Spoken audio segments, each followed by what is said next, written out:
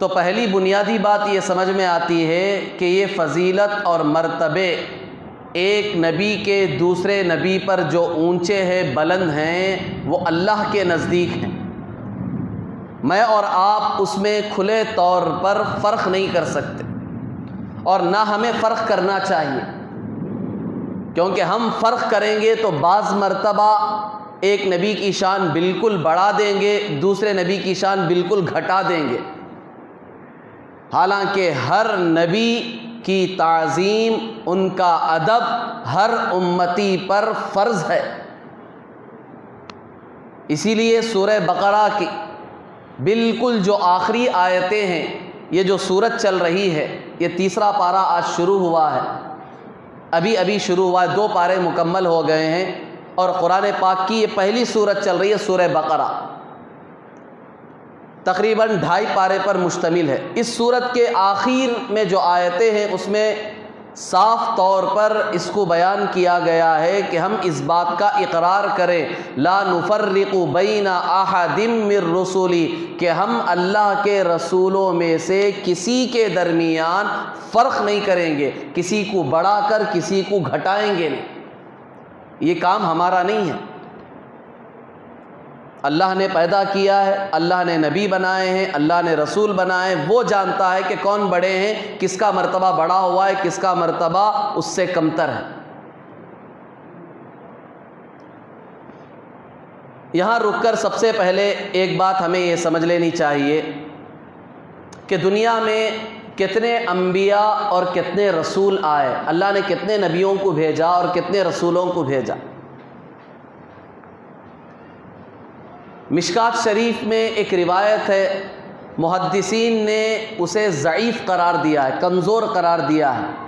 اس میں ہے، اللہ کے رسول صلی اللہ علیہ وسلم فرماتے ہیں کہ دنیا میں 1,24,000 نبی آئے ہیں۔ صحابہ نے پوچھا، اے اللہ کے رسول دنیا میں کتنے نبی آئے ہیں؟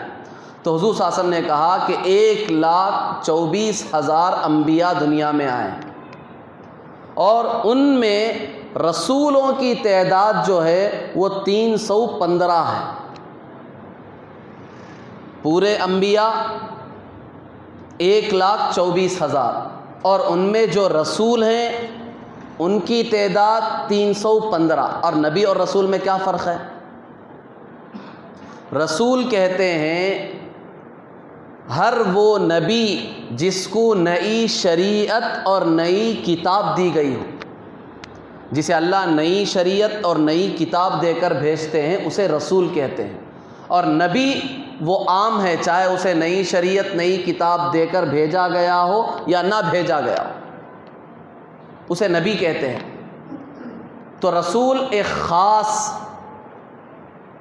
فرد ہوتا ہے جسے اللہ شریعت بھی نہیں دے کر بھیجتے ہیں، کتاب بھی نہیں دے کر بھیجتے ہیں۔ تو رسول نبی بھی ہوتا ہے، رسول بھی ہوتا ہے، اور نبی جو ہے وہ صرف نبی ہوتا ہے، وہ رسول نہیں ہو سکتا۔ تو اب یہ نبی کون ہے؟ یہ جو رسول نئی شریعت نئی کتاب لے کر آئے ہیں، مثال کے طور پر موسیٰ علیہ السلام شریعت نہیں لے کر آئے، کتاب نہیں لے کر آئے، تورات۔